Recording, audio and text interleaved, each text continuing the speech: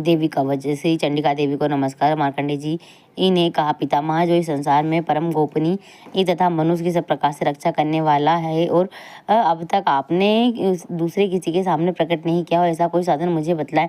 ब्रह्मा जी बोले, ब्राह्मण, ऐसा साधन तो एक देवी का कवच ही है जो गोपनीय से भी गोपनीय, परम गोपनीय, पवित्र तथा संपूर्ण प्राणियों का उपकार करने वाला है। महामुने, उसे श्रवण करो। देवी के 9 मूर्तियां हैं जिन्हें नवदुर्गा कहते हैं। इनके पृथक पृथक नाम बतलाया गया है। प्रथम नाम, दूसरी मूर्ति का नाम ब्रह्मचारिणी, तीसरा स्वरूप चंद्रघंटा के नाम से प्रसिद्ध है। चौथी मूर्ति को कुष्मांडा कहते हैं। पांचवी दुर्गा का नाम स्कंद माता है। छठे स्वरूप को कात्यायनी कहते हैं। सातवां कालरात्रि और आठवां स्वरूप महागौरी के नाम से प्रसिद्ध है। नवी दुर्गा का नाम सिद्धिदात्री है। ये सब नाम सर्वज्ञ महात्मा वेद भगवान के द्वारा ही प्रतिपादित किए हुए हैं। जो मनुष्य अग्नि में जल रहा हो, रणभूमि में शत्रुओं से घिर गया हो, विषम संकट में फंस गया हो तथा सब इस प्रकार के भय से आतुर होकर जो भगवती दुर्गा की शरण में प्राप्त हुए हैं, उनका कभी कोई अमंगल नहीं होता।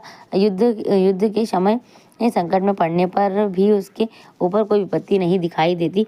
उन्हें शोक, दुख और भय की प्राप्ति नहीं होती। जिन्होंने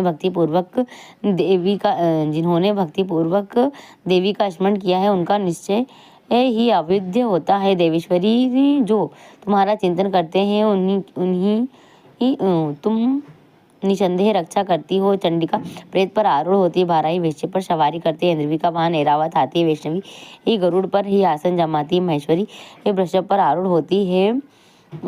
कौमारी का वाहन मयूर है। भगवान विष्णु की प्रियतमा लक्ष्मी देवी कमल के आसन पर विराजमान होती है और हाथों में कमल धारण किए हुए हैं। वृषभ पर आरूढ़ ईश्वरी देवी श्वेत रूप धारण कर रखा है। ब्रह्मणी देवी हंस पर बैठी हुई और सब प्रकार के आभूषणों से विभूषित है। इस प्रकार ये सभी माताएं इस सब प्रकार के योग शक्तियों से संपन्न है। इनके सिवा और भी बहुत सी देवियां हैं जो अनेक प्रकार के आभूषणों की शोभा से युक्त तथा नाना प्रकार के रत्नों से सुशोभित।